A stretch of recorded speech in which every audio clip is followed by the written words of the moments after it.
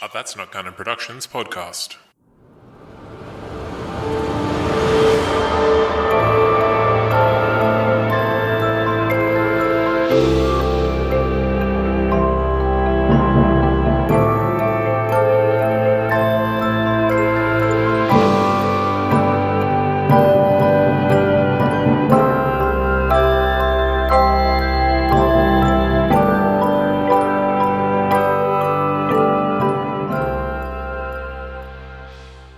Hi there, and welcome to another midweek guest episode of Oof, Right in the Childhood. Today, I'm joined by Mixie from the Lady Mouth podcast.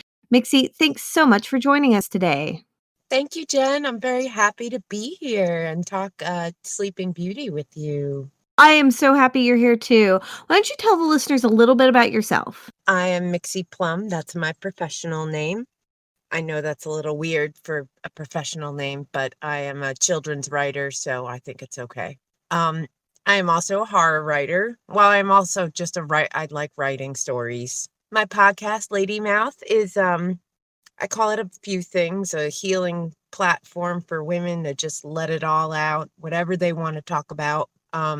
Usually when I get a guest, I'll say, what are you most passionate about? And then, we figure it out from there. I consider it a healing feminist space, but everyone is accepted, obviously.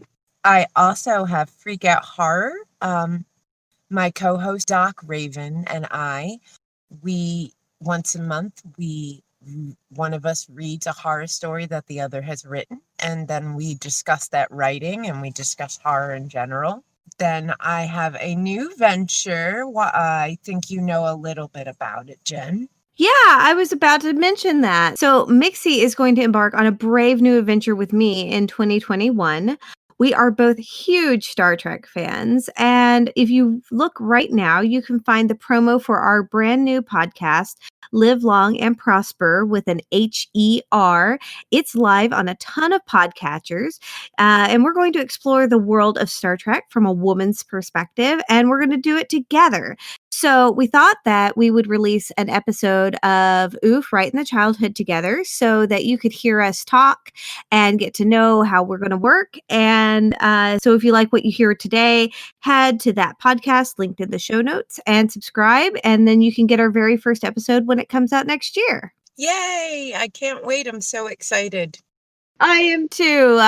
We both were kind of raised on Star Trek. Our dads are in love with Star Trek, and we've kind of learned how to be humans from Star Trek, which kind of seems ironic to those who don't love it. So we are saying that Live Long and Prosper is for anyone who's ever heard of Star Trek, because we're going to explore it inside and out, and we hope to not only bring it to people who love it, but people who haven't loved it yet and introduce you to it.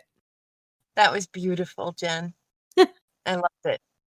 But today we are not talking about Star Trek. In fact, we are talking about something that is so far away from Star Trek, it's not even kind of related. We're going to talk about Sleeping Beauty. Did Walt Disney like Star Trek? I wonder. I think Walt died before Star Trek really got its wings, because Star Trek came out in 65, right? Yeah, I bet 66. And Walt died in 67. Ah. And so I don't know that I've ever heard of him like loving Star Trek, but I have this personal theory that Walt Disney Productions is the reason that Star Trek exists. And that's we'll talk about that then. Yeah. So the short version is when they pulled out of the RKO distributions company is when RKO's profits plummeted, and then Desilu was able to purchase RKO and turn it into Desilu Productions, which then purchased Star Trek. Yes. Excellent. So we'll talk more in depth about that, because I'm all about the intersectionality of everything. Yes, I love it. Awesome. Let's talk Sleeping Beauty, because it's probably my favorite Disney. I don't know. It's so hard to say what is your favorite Disney movie, because it was my favorite Disney movie until I turned 11 and Little Mermaid came out. And then Aladdin was my favorite Disney movie. But there's also Sword in the Stone and Robin Hood and Black Cauldron. So All just amazing. Like, I think that's my favorite thing about doing this podcast is getting to relive how amazing these movies are, because I'm not a person that can pick favorites. I'm always like, oh, but picking a favorite seems so unfair to all of the other things in that category. But like, it's like, why would I pick a favorite type of food when there's always so much other food? I'm like the perfect Hufflepuff. That's who I am right there. you're adorable. I call myself a Raven Puff, but I don't say that anymore, actually. But I always Yeah. thought I was very dark, smart, and very relaxed and chill and loyal at the same time. Yeah, I mean, apart from the fact that J.K. Rowling is trash, Yes, the fact that like it's definitely I a still love the character. concept of Harry Potter. All my Ravenclaw friends call me a Hufflepuff. All my Hufflepuff people call me a Ravenclaw. So I'm somewhere in between. See, that's I have why I say charts and Raven maps Puff, to explain why I'm a Hufflepuff. So I'm and that's a very Ravenclaw thing to do. I'm a Huffleclaw. That's what I call it. Huffleclaw. Oh, that's Mhm. cute. Because I always say Raven Puff, like I've said just 2 seconds ago. Yeah, Sorry. so like people who are Ravenpuffs are like stronger on the Ravenclaw side, and people who are Huffleclaws are stronger on the Ah. Hufflepuff side. But Oh, I like that. kind of the same thing. Okay. Oh, I do like that. Awesome. But But anyway, again, not that we're going to get sidetracked all the time. So why don't you tell me about when you remember what's your earliest memory of Sleeping Beauty? that's it's very early. I probably should have looked this up, but when did it come in the theaters in the early 80s? Oh, Because I I have that. remember it probably age 3 or 4, I'm guessing. It was released into theaters in 1970, 79, 86, and 95. So then I probably saw it in 1986. So that would have made me 2 and 6, about 8, 7. You said January of 86, so then I would be 7, and I wouldn't be 8 until June of 86. Yeah, it doesn't say what month. I just know that it was re-released in Oh, okay. 86. So 7, 8. Yeah. So I guess that was my earliest. I thought it was a little earlier. But I remember I still have it in my room, a little wooden plaque with resin over it, and it was the scene of Aurora in just sitting by the lake with her animal friends, all alone, no fairies, no Prince Richard or whatever his name is. Philip. Uh, Philip, that's it. It's the first prince with a name. Yes, I knew that, and I forgot his name, of course. But he's so inconsequential to the rest of the movie. Like I He never does gave him a way thought. more than every other prince up to his point, though. Like, think about it. Yeah, I know. Like, He's Prince great. Charming, Prince Charming could have been replaced with a cardboard cutout of Prince Charming, and the movie would not have changed in Cinderella at all. Yeah, exactly. Because I never liked Cinderella, and I just listened to your Cinderella episode this morning, and I was like, I mean, I knew a lot. I have the original fairy tales because I'm that kind of book nerd.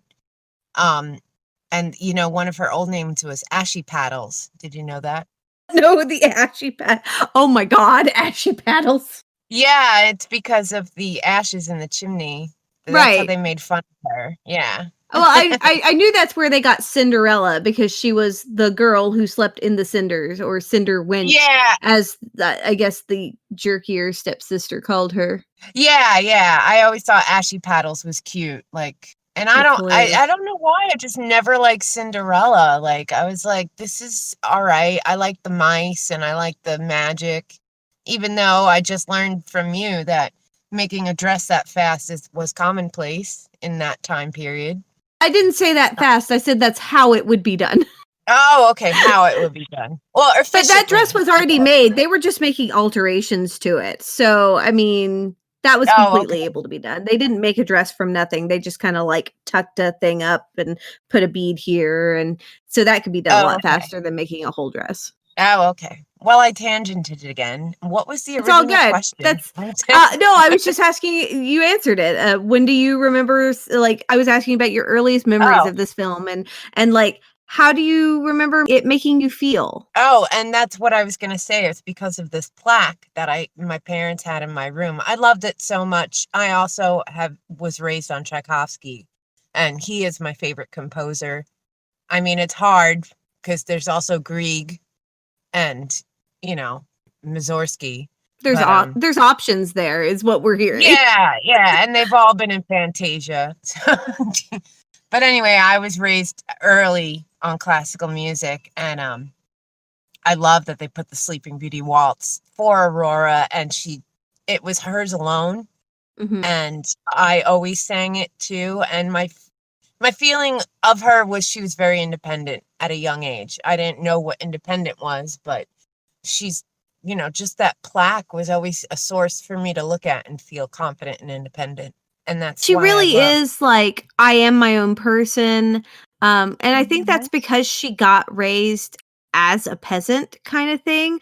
Like, they just took her out of the castle and like threw her in the woods and were like, good luck with this. So that definitely helps breed a sense of independence, and like she had to make her own friends because she'd never met anyone but the fairies that she didn't know were fairies. And yeah, she definitely is. Yeah, she was like proto Merida.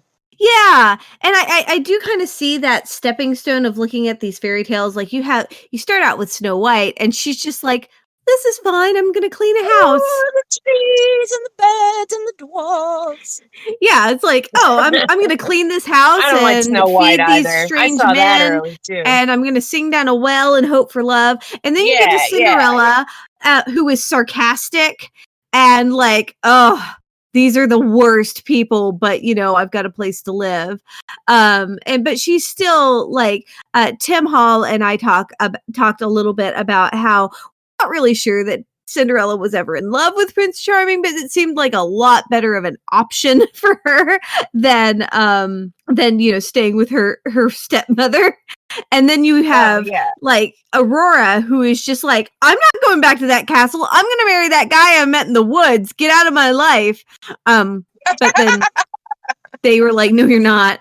But Daddy, that's how I see that happening today. You don't even know him. That's how I see it happening today. Is like, I'm not marrying him. I'm going to marry a stranger I met in the woods. But don't. It's like that Ariel meme I love when they're like, oh my God. Daddy, I love him. Girl, you don't even know him. But they say B word. Yeah, I know. And when you're a mom of girls, you're, going from being a girl to loving Ariel to being a mom of girls and agreeing with that, the mom. Like, nope, you don't know him. He's just a dude in a ship. Get away. I love that meme. It's like, you're old when you start agreeing with Disney parents. Like, no, you can't marry him.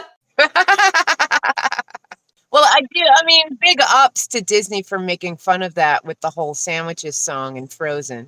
Oh, well, yeah, and they actually kind of make fun of it in Sleeping Beauty. It's like one of the first jokes. They make little mini jokes. So like in Cinderella, he's like, oh, sire, this only happens in fairy tales. And it's like, it's really cute. You're in a fairy tale and you don't know it. But for like Sleeping Beauty, I really liked that Philip looked at his dad and was like, Dad, you're so old fashioned. It's the 14th century. Come on. And I was like, I love you. Yes. Aurora is great, and my second daughter's middle name is Aurora, actually. Beautiful. And thank you. I used to sing the lullaby to both my girls. Because Aurora made up words. She made up words to Tchaikovsky for me, so I've always known those words ever since I learned the song. And actually, this is a pretty sweet mom-daughter moment for me. My youngest daughter is in the autism spectrum. So again, I always sang that lullaby to them to go to sleep. And there was a woman at her school who was a big Disney fan and had a musical box that played that. And I didn't know that. And I brought her to school one day and she ran up right to that musical box in the main office and played it. And the woman whose it was says she does that like all the time. And I'm like, that's what I sang to her to go to sleep at night when she was a baby. And we were all like crying. It was so sweet. I was raised on classical music too, as you and I have talked about. My dad Yes. was a band Oh, director, yes. Yep. and I actually kind of muse in Monday's episode about. I don't know if it was Sleeping Beauty or Kill the Wabbit that I really first understood that this is classical music that's being used in a cartoon specifically. I don't know which one it was that Well, happened first for me, but I mean, both of them. You've got Wagner versus Tchaikovsky. So I mean, I'm going to pick Tchaikovsky on the less racist spectrum, but both of them yeah, have yeah. great music. I mean, I was raised Reformed Jewish. I am not Jewish in religion anymore, but I am definitely, New York Jew is a culture, let's admit it. And, we love not liking anti-Semitic artists and stuff, but, I'm not giving a pass to Wagner because I know Hitler was a huge fan, but I do like the music. Is that okay? That's okay to I like mean, kill the rabbit, right? it's kind of like I think that J.K. Rowling is trash, but I still can quote every book of Harry Potter. So, Yeah. you know, But I think I think the separating the difference artist. is modern version. Oh, I'm sorry. Go on. All I was going to say is that, like, just separating the artist from something that you love, but not giving the artist a pass is definitely is definitely, and it's the individual. Yeah, There's be educated. Like I love exactly. Dickens, but he was a gaslighter and he put his wife in a mental asylum because she wanted a divorce. Again, though, that's hundreds of years ago, and It yeah, is. don't do that now. But with J.K. Rowling, she is current trash. Yeah, These are current past trash. trashes. They're dead trash. She's alive trash, and we can rail on her all we want. I was gonna say, and I can buy a Wagner CD today and not have a single penny of my money go to Wagner or his descendants, and that's so much better. Exactly. Yeah, I will never buy any J.K. Rowling. I only ever bought her books, and I gave them all away already, or I recycled them. Yeah, Yeah, it so makes me sad I because never it was gave her such a deep much to part, begin but with. yeah, Yeah, I don't give up books lightly. I don't ever give up books lightly. So that was rough. yeah. But I gave them to Harry Potter fans. Well, that's good. I mean, it's hard. And I just, I'm not Yeah. going to get off on the Harry Potter tangent. I'm just not going to do it. I don't like her. No, no, She don't. can jump in a I river. will tell you the one thing about Harry Potter that I like is the Philosopher's Stone. Yes, it is called the Philosopher's Stone. Please stop calling it the other name that they changed because they thought American kids were too uneducated to understand what Philosopher's Stone meant.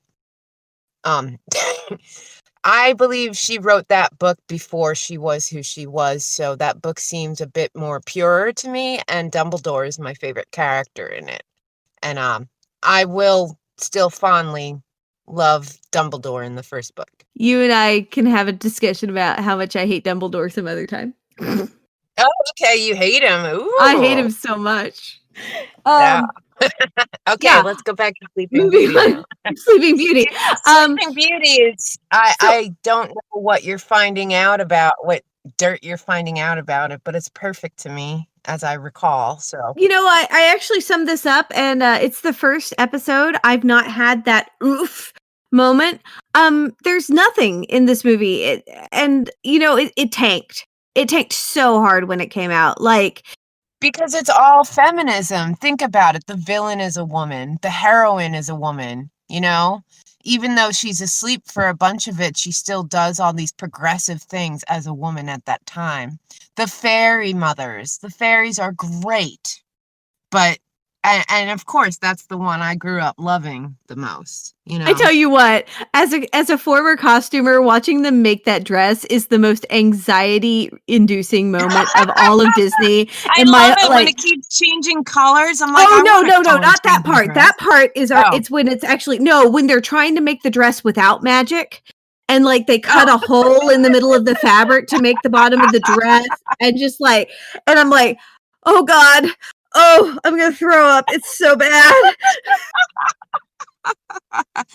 no, my girl was always Maleficent and her crow. I mean, I Yeah, Maleficent has been my favorite Disney villain since the 80s. And Ursula, obviously. Ursula and Oh, well, Maleficent. the queens. But like that's Yeah, if you look at the I Disney loved her set, crow. you'll Well, the thing see that about that is it seems the most real magic, you know, yeah. even for Disney, like a modern magic too, almost. Like it's still like it's a little timeless, I think, because you can still relate to it magically, if that makes sense. Well, yeah, I mean, like, okay, so I that was the one thing that as I kept watching it, I was just like, so Maleficent's just evil, and that's what I've been noticing about like the silver era of Disney of this era is that like there's no reason for the evil that is involved in these stories, like we look at the stepmother from the stepmother from Cinderella. She's just the worst. And we look at Hook, and he's kind of just terrible. But we're going to also give him points for he had his hand cut off by a child, and he's allowed to be mad. But he's just terrible. And we get to Maleficent, and she's just like, I'm gonna punish an infant for their parents not inviting me to a ball. And then like my next episode is on Hey, Cruella magic rules de are different. You don't mess with fairies. This is like hardcore fairy lore to me right here. Because Well, fairies, you don't make deals with fairies because you pay a price way greater than you think, you know? but that's the thing. In the original, there is no deal. Like, okay, we want to retcon the Maleficent thing into the Angelina Jolie movies. Okay, there's a deal, and that makes sense. But if we're looking at the original cartoon and even the original fairy tale, she has no reason. Like in the original fairy tale, no one had heard from the elderly fairy for like 20 years, and they all thought she was dead, so they didn't invite her. Well, her pride was hurt at that point. Like, you didn't even know I was dead. Did any of you try to, like, come over and... Oh. But it's it's been 20 years since someone had seen her. I mean, I don't know if I would just assume that someone was That's how long alive. she's been holding a grudge, Jen. It's like I'm just like A woman scorned, I need Jen. to know why. Like, you just didn't get invited to look at a cradle. I'm so sorry that this ruined your life somehow. And like, Because yeah, it's okay, an honor. if we're gonna That's retcon why. this into like the whole new Maleficent things, yeah, she's got a reason. But I was just stunned when I was watching the scene this time of like they're like calling her Your Excellency, and I was like, oh wait, what is going on? There's a backstory that no one ever told us, because they're like, we don't like you, we didn't invite you, we're calling you Your Excellency, and you're gonna curse our kid. I want to take a moment to thank my supporters on Patreon. Supporters on Patreon help me cover hosting fees and upgrade my equipment while being able to choose to promote small businesses. There are a few changes this month. As of now, all supporters starting at the Whistle While I Work level, or $1 a month, get an ad-free version of every episode 1 day early. Fairy godmothers like Jason and Mixie at the $5 level still get a bonus episode on the first of every month. This month, I explore Mary Poppins in depth. From Walt badgering a woman for the rights she didn't want to give to possible rape culture moments, Mary Poppins is practically perfect in every way. So come over and hear everything you didn't want to know about Mary Poppins. If you'd like to become a patron, you can search the show over at Patreon, or you can follow the link in the show notes or on my website. Welcome to Live Long and Prosper. In space, women are queens. Hey, Jen, who is this podcast for? Mixie, it's for anyone. Whether they've watched every episode or none at all, we're here to talk about the history and social implications of Star Trek from a feminist point of view. The Federation is female, after all. You're so right. Twice a month, we bring you a docuseries and commentary on the women of Star Trek, how they work tirelessly to break the chains of convention and give us something to evolve toward. How women were portrayed in Trek through the ages and how that changed the world. How creators imagined different alien cultures and how they treated their women, and how that reflected modern society. In short, join us to explore alien life and strange new worlds. To boldly go to the spaces these women made for us. That's Not Canon Productions podcast.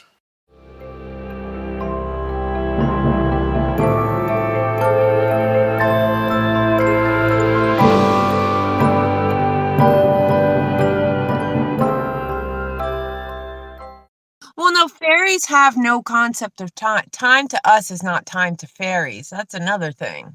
But It could have been 20 human years, but how long was it in Fae? But in the original, they also don't make it super clear that she's a fairy, but just that she does magic. Yeah. I just see fairy for Maleficent, just dark fairy. But I might be a little skewed view because, I'm all about the fairy culture. Like, I'll watch Twilight and pretend they're fairies, and it makes a lot more sense to watch Twilight then. Just take out the word vampire, guys. Here's the best trick to making Twilight good. Take out the word vampire, replace it with fairy, and then it's dope. I've never watched them, but now I have to try it. But don't get me wrong, I adore thinking about the Fae, but when I watched it the first time, it was just like, she's a sorceress. That's it. They don't say she's a fairy. She's a sorceress. And she's but evil. She has green skin. Isn't it just and horns? white? Maybe she's she has a demon. Horns. Maybe she's a fairy demon. You never know. You don't mess with the magical folk. She's magical folk. Like the old English meaning of that. Did you ever see the movie Legend? Those fairies. My God. That was one of the best representations of fairies in movies. Just now, you said that she has green skin, and I never saw her with green skin until just now. Oh, wow. I even have the Sleeping Beauty makeup palette with the original antique colors of the whole movie. I don't think she's a fairy. I think she is a dragon. Oh, yeah, that could be that too. Now that I actually look at her, they hold grudges. And she turns into the dragon. But I think she's they've got this whole concept of dragons being able to show as humans. Ooh, I like that. So dragons and fairies are from a similar realm too. So they probably have very similar magic. Make a ton of sense. And I think a dragon would be a lot angrier if you scorned her. Yeah, and so if we think about this of she's a black dragon versus fairies from the good realm, they would be naturally enemies, which would explain why the fairies are like, get out, we don't want you here. It would explain why she arrives in flame. Oh yeah, that's right. Her flame. Oh my God, it all makes sense. Maleficent's a dragon, y'all. You heard it here first. I don't care. I don't care what the Maleficent movies show. She's not a fairy. She's a dragon. We put our brain pans together and answered the mystery of the universe. Okay. Speaking of mysteries of the universe, I have a question for you about the curse. And it's the question about how you interpreted the curse. Okay. When was the curse supposed to happen? Oh. Well, all right. Now, isn't it supposed to happen on her 21st birthday? Well, first of all, 16th, but 16th, yeah.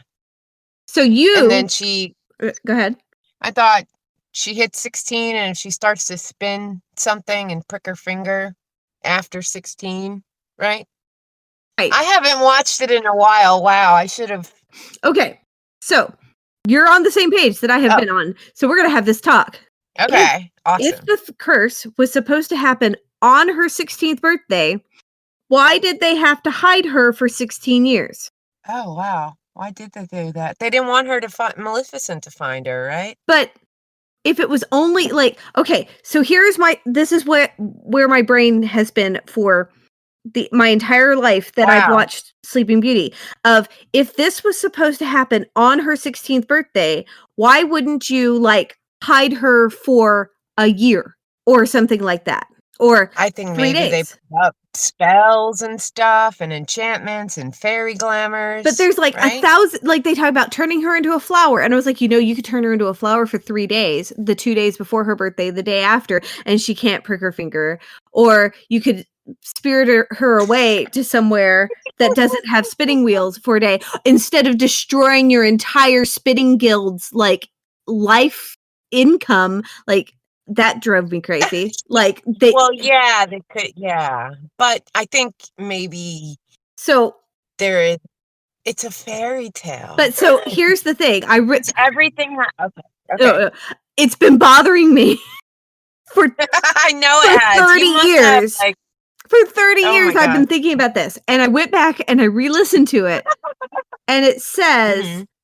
before the sun sets on her 16th birthday, she shall prick her finger on the spindle of a spinning wheel and die. Okay. I think Just this is keep supposed to spinning be wheels away any from her. time before her 16th birthday instead of on her 16th birthday, which makes so much more sense. Okay, yeah. Well, when you said that, it definitely But sounded also, like, yeah. I feel like, okay, you know how, and I've been pretty open on the podcast talking about how my husband and I have been dealing with infertility and such for the past 4 years. And they talk about this family that has been trying for a baby for ages. Like in the original, they Mhm. have tried everything. They've gone to every country, they've drank every water, they've prayed to every god, they can't have a baby, and finally they have a baby, which also might have a thing to do with Maleficent about why maybe they made a deal with her. I don't know. Oh, maybe They Maleficent can't have a baby. No, I think they might have like made a deal with her to have a baby. Maybe that's why she's pissed off that she didn't get answered. But Oh. like that's not something they really talk about, but that was another theory. But like, okay, so let's assume that they've been trying to have this baby for like 5 years, like my husband and I, and they have a baby and Mhm. then they immediately just ship her off. Yeah. Like, Well, they gave her the fairies to protect her because yeah, they didn't just ship her off. They gave her to someone. Yeah. They didn't ship her off. They gave her to someone to protect her, but they didn't get to see their baby for 16 years. Yeah, that's crazy. And like, I kind of sit there. I'm like, okay, so here's the thing. Few things. One, if she's gonna fall asleep until true love's kiss, prick the baby's finger with the spinning wheel and then have her mom kiss her because I guarantee her mom loves her at this point. Yeah, that's good. I mean, that's it's great. It's a short I mean, movie. I understand. Yeah, it's a 5-second movie. Yeah, it's like, it's like when people say, why didn't the Eagles just take him to Mount Doom? Well, there's You a know? reason for that. There's actually a reason that I can't remember, but there's a reason. No, I know there is, but I mean, yeah. But option 2, But you raise her around spinning wheels and be like, so hey, there's a curse. And don't touch this. And like raise your kids to know about curses. These old fairy tales didn't think this stuff through, obviously, but they are, the people at the time making them using their imagination, and how limited was their worldview at that point. They were it was probably all analogy metaphors for their lives, for all, being serfs or whatever. Oh, I'm certain don't it know, is. It broke my heart to think about this couple who had been trying for so long to have this baby and then to have her just be taken away from them immediately. And like the fact that they didn't have another baby in that 16 years tells me a lot about their situation. Yeah, that is something to think about. I mean, and people wouldn't necessarily think about that unless they were like you, going through it, because you don't notice things all the time until you're actively in it. Yeah, and then the thing that like actually broke my heart the most about the whole thing was when they're planning Mhm. her coming back, and King sorry, Philip's dad, I keep forgetting his name. He's like, "We'll get the carvers on the royal cradle making a royal cradle tonight." And I was like, "How dare you?" Like, this family tried for years to have a baby. They had one child, and you're just assuming that your son's going to knock her up immediately. That is completely the worst thing to say to this family. Yeah, they weren't thinking that through, but that might have been why it was unpopular. It was such a strong message to women on so many fronts. It really was. Like, it is sad for me to think about it because it is so pretty, and it's like this illuminated manuscript version of a cartoon, and I think it's so Yeah. unfortunate that it was unpopular. And the animation, it's some of my favorite animation because it has some of that old classic, like the angles, you know? Yeah, it's got definitely up to this point, it's got the most unique animation style that they had done yet. Yeah. And it's got It was like, way more story in it. and it almost was like the book in Sleeping Beauty, the fairy tale book was almost like a nod to Sleeping Beauty's animation. You know, it was that same like very tight angle, you know. No, I think that was based on the unicorn tapestries, which are from the Yes, yes, 14th it's in century, the cloisters. and they didn't have perspective a lot. Unicorn in Captivity. Yeah. Yes. Yeah, okay. Be- And that was kind of like Sleeping Beauty a little bit, like Unicorn in Captivity. Mhm. Oh, I never thought about that. Huh. Yeah. Yeah, that's what I mean. I'm sorry. I don't No, always that's a get to it great there. concept. I love that. Huh. Yeah, I love the cloisters in New York City. Oh, you know, the Dark Ages, Middle Mhm. Ages museum. It's amazing. Yeah, so Medieval. yeah. So one of the animators had stopped in there and was like, "Hey, look at these," and brought back replicas of the unicorn tapestries, all 7, and Disney was like, "Yeah, sure, okay, whatever. Do that." Yeah. Yeah, right. Did Disney like Sleeping Beauty? I think he did until the results came out. Like, I think he really loved making it. He was really in it, and this was the last animated film that he was, like, super into making. Like, after this, he kind of was like, animation might be dying." Um, and you can kinda see that Mm. in as we trickle down toward the Bronze Age of Disney, but, um, if you think about it, between Sleeping Beauty and The Little Mermaid, there are no fairy tales. There are no princess movies because he decided that the public is telling him they didn't want anymore. Ah, okay. I actually kinda think it Now broke his spirit. mm. You know, and there is a somberness. Again, I stared at that plaque. I don't know where the plaque is. I have to find it because I don't know if I wanna hang it up again, but, I think it's on top of my dresser. But that plaque was always so somber because she was alone, and I grew up with depression, so, you know, she gave me hope, but I also was melancholy when I looked at it because I was alone looking at the lake and singing the Tchaikovsky, you know? Yeah, I can see that. I can understand how she would seem super I mean, she was alone. And, like, she talks Yeah. about to the animals that she's never seen another person, and she's just dreamed about other people, and that is Wow. Yeah. so deeply sad, and that's why when you say, like, Philip didn't do anything, like, Philip was way involved in this movie. He was gonna go off and marry the peasant girl that he met down in the gully, and because he did that, he got captured and actually managed to save everyone.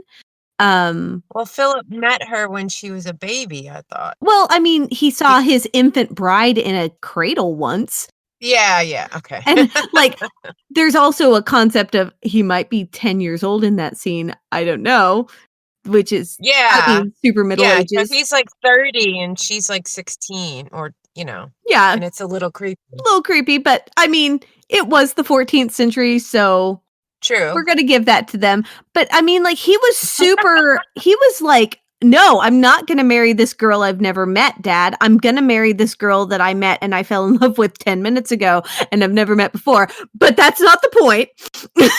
But, you know, that's also the flip too. It's the guy doing the whole, "You just met him, you can't marry him," you know, and Yeah. that's cool too. Yeah, It and so really for the 40s, it was really progressive. this was the '60s. 60s, oh, whoops.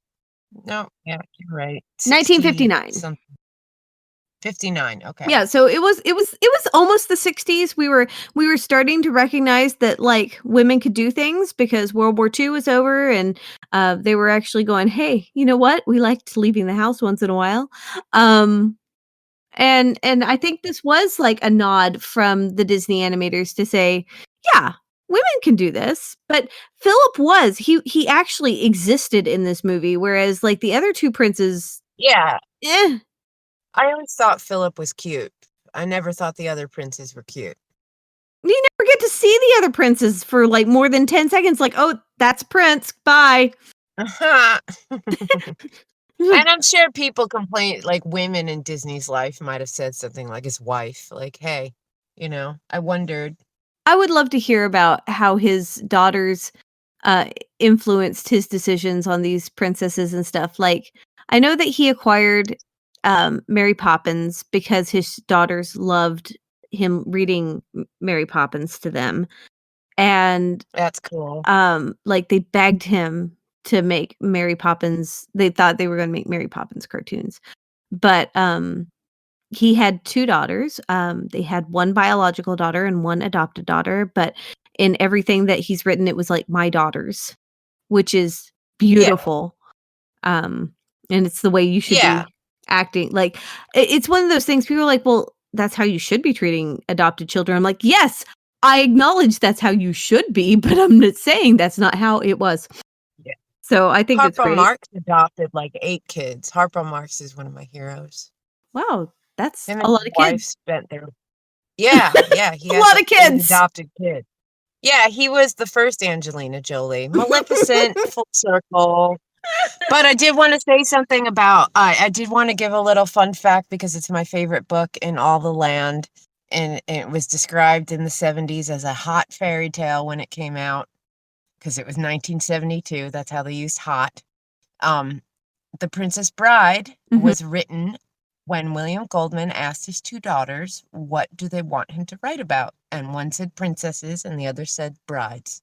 Aww. Even though in the beginning of the book, there's a fake story about. That's hilarious. Yeah, how cute is that? And Oh, then that- Richard Adams wrote Watership Down because his kids, they were driving through the country and looking at the rabbits. So kids rule the world, Yeah. essentially. Doing things for your kids is the way that you know you're doing something right, probably. Yeah. Like if you sit down and be like, how would my kid feel about doing this thing? If they'd like it, probably going to make the world a better place. Yeah, exactly. Unless your kid is Hitler, Adorable. which is a different thing. Yeah.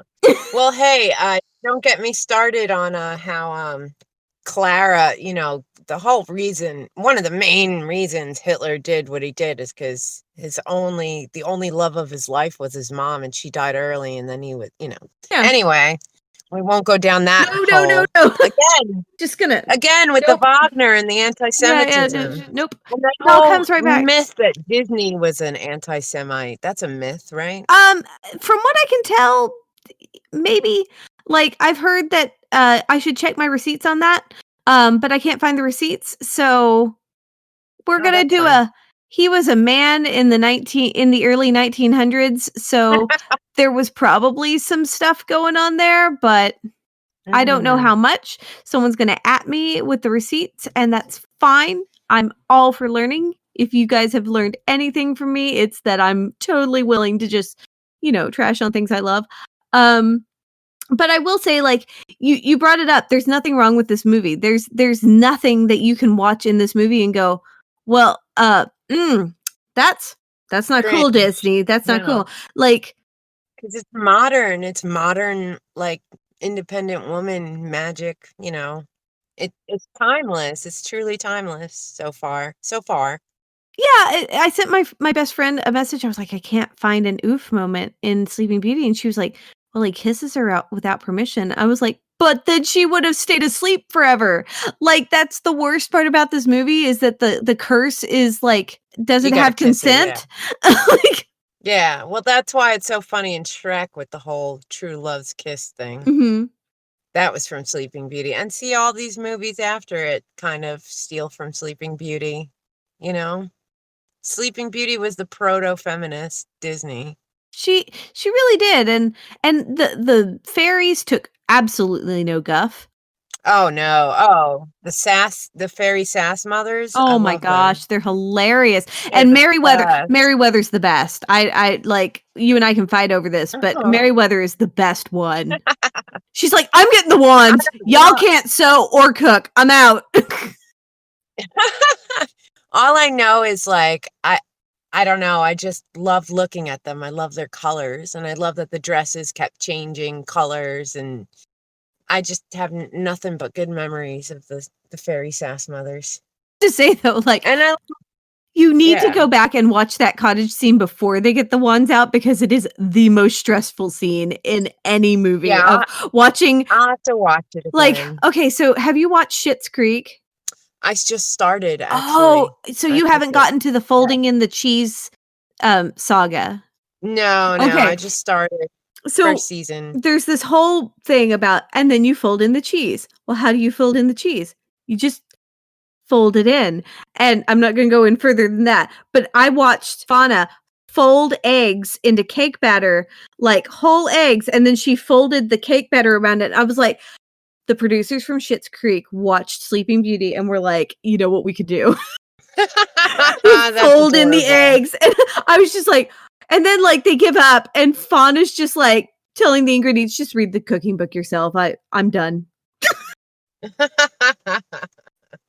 I want to That's know, I guess awesome. Meriwether was the one who was cooking the whole time, because neither of them had ever cooked or sewn anything. And she's like, you guys don't know how to do any of this, but I do, but I'm not doing it. Okay.